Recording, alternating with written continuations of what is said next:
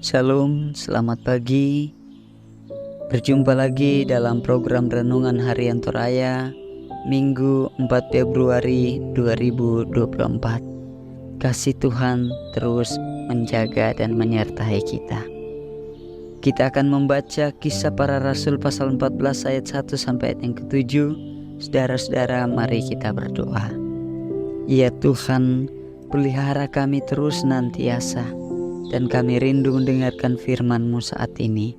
Biarlah di dalam firman itu kami terus dipersatukan karena Injil di dalam Kristus. Amin. Kisah Para Rasul pasal 14 ayat 1 sampai ayat yang ke-7.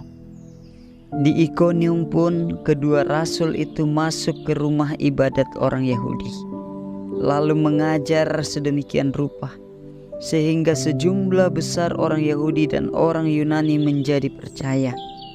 Tetapi orang-orang Yahudi yang menolak pemberitaan mereka memanaskan hati orang-orang yang tidak mengenal Allah dan membuat mereka gusar terhadap saudara-saudara itu.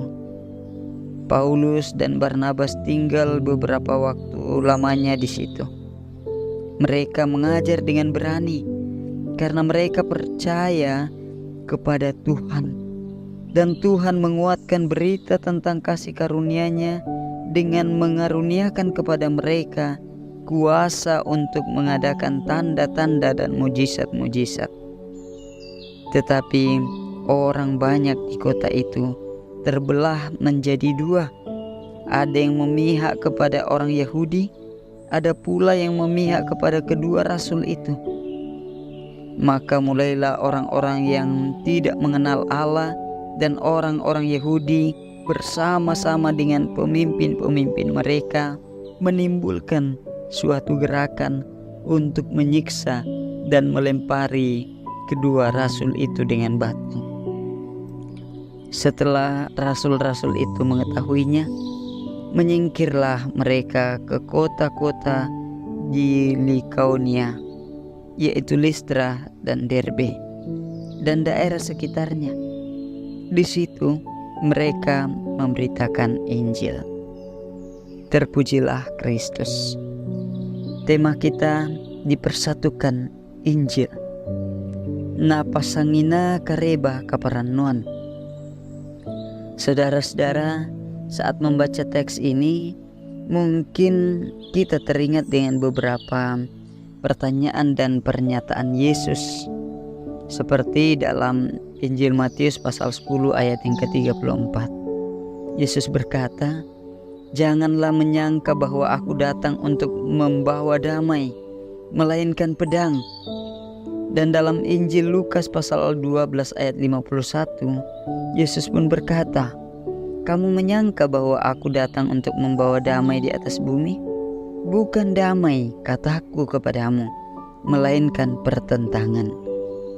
Dalam pembacaan kita di ayat yang kedua, hal tersebut tergenapi, bahwa kita bisa melihat ayat 2 mengatakan para rasul ditolak karena dianggap menghasut orang non-Yahudi.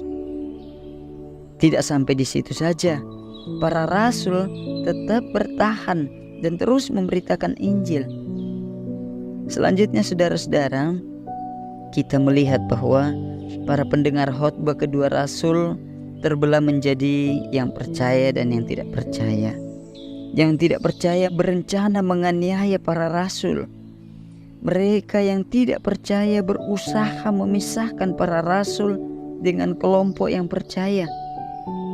Akhirnya, setelah menyingkir ke Listra dan daerah sekitarnya, para rasul tetap memberitakan Injil.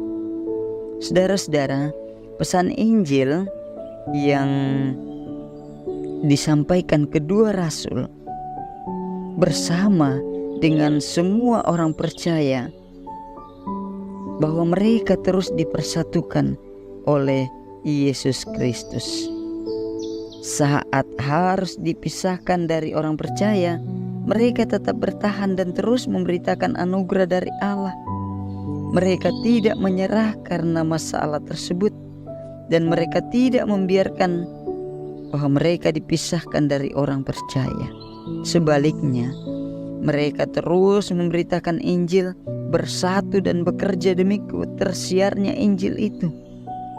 Kendati memang di akhir kita melihat bahwa para rasul dikatakan menyingkir karena orang-orang mau menganiaya mereka. Tetapi di tempat yang baru dikatakan bahwa mereka tetap memberitakan Injil.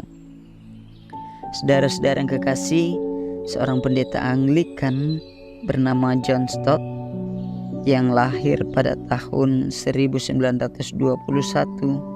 hingga 2011 pernah berujar bahwa banyak orang Kristen dan gereja mengendurkan keyakinan terhadap Injil, meraba-rabanya, dan berada dalam bahaya membiarkan Injil terlepas dari tangan mereka. Saudara-saudara, kendati pun demikian, saat ini firman Tuhan hadir untuk kita semua, bahwa Tuhan memelihara kita, Tuhan menjaga kita, Tuhan memberikan kuasa-Nya. Karena itu teruslah memberitakan Injil, karena Allah terus mempersatukan kita, sembari terus menguatkan kita untuk terus memberitakan tentang anugerah-Nya. Mari memberitakan anugerah Allah. Terpujilah Kristus. Amin. Saudara-saudara, selamat hari Minggu, selamat beribadah, selamat berkarya. Tuhan terus menjaga, Tuhan memelihara, Tuhan melindungi kita. Dia mengasihi saudara dan saya. Kita semua dipersatukan oleh Injil. Amin.